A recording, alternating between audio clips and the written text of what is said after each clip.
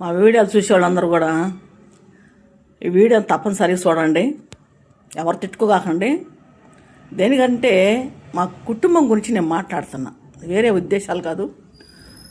మా కుటుంబం గురించి నేను మాట్లాడుతున్నాను. వినండి, ఈ వీడియో వినండి, చూడండి, ఇంకెవరికైనా పంపించండి. ఎందుకంటే మమ్మల్ని అధికారులు చేసిన పనికి మేము ఒక్కొక్కరు బలైపోతున్నాం, చనిపోతున్నాం, కానీ మాకు న్యాయం జరగట్లా.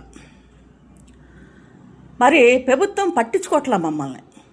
మరి మా అమ్మగారికి, మా నాన్నగారికి 6 సంతానం, మేము 3 మగోళ్ళు 3 ఆడవాళ్ళం. అయితే ఒక్కొక్కరు చనిపోతున్నారు.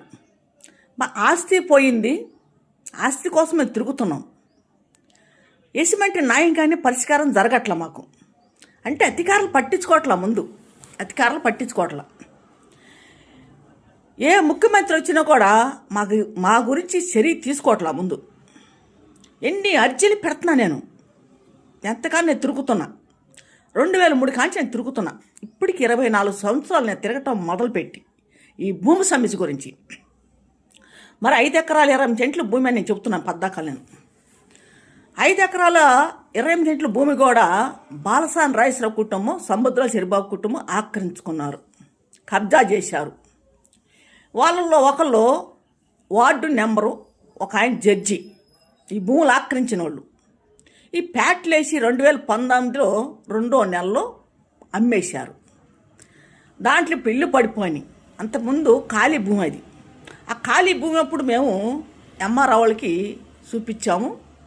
సర్వే చేశారు, కొలతలు వేశారు, రికార్డులు తెచ్చారు, అడంగలు తెచ్చారు భూమి దగ్గరికి. ఎన్ని సాట్లు ఉందో మీకు చూపించమంటే మేము 4 సాట్లు చూపించాం. మాకు 4 సాట్లు వచ్చింది. మా కుటుంబంలో మా అమ్మగారికి, మా మేనల్లుడికి వచ్చింది. మా మేనల్లుడు అంటే మా పెద్దన్నయ్య కొడుకు. ఈ 2 కుటుంబాల మీద వచ్చింది. 2 కుటుంబాలకు కూడా 2 ఎకరాల 54 సెంట్లు భూమి ఇచ్చారు వ్యవసాయం చేసుకోమని. 10 సెంట్లు ఇళ్ల స్థలం ఇచ్చారు కుటుంబానికి. అప్పుడు 2 కుటుంబాల మీద వచ్చినాయి మాకు. 2 కుటుంబాల మీద కలిసి 5 ఎకరాల 20 సెంట్లు భూమి. అన్న తరపున ఎవరు అనపగించిన వాళ్ళు లేదు ఆ భూమిని.